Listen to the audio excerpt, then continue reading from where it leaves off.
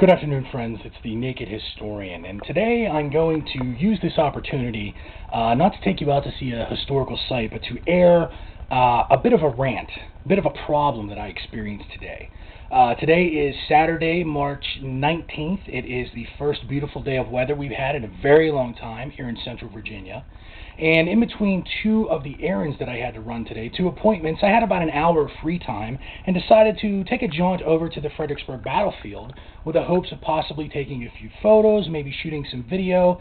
And when I arrived at Prospect Hill, which was a place of the battlefield which I specifically selected to go to because it's usually the less traveled and the less crowded, I was amazed at what I saw whenever I got up to the top of the hill. Apparently, some sort of time warp took place because I was transported back to 1980 during the Boston Marathon.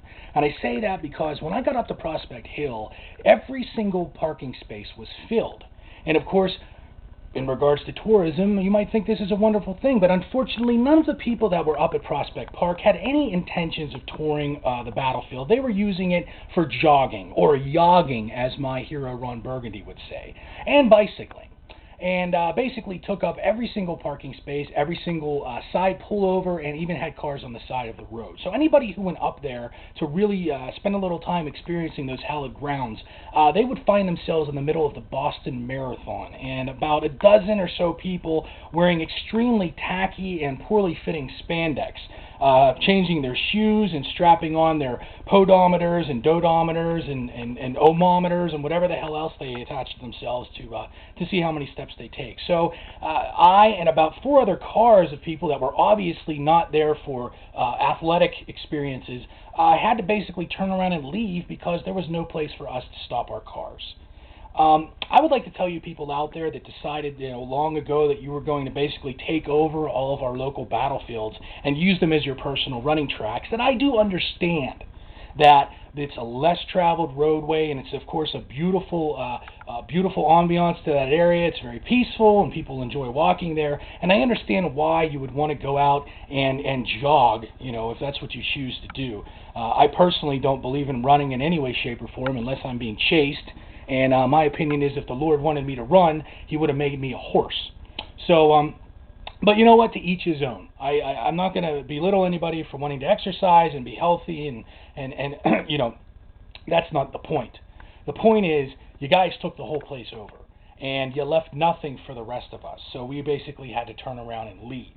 And you know what? I was checking some of you people out, and to be honest, you could probably run from here to Richmond, and it really wouldn't make that much of a difference, okay? That group of ladies that look like you had just run off the set of The Biggest Loser, I don't think any time that you spend walking, running, or in an upright position is really going to make that big of a difference, okay? And the group of men that were wearing these skin-tight orange spandex, these cyclists, okay?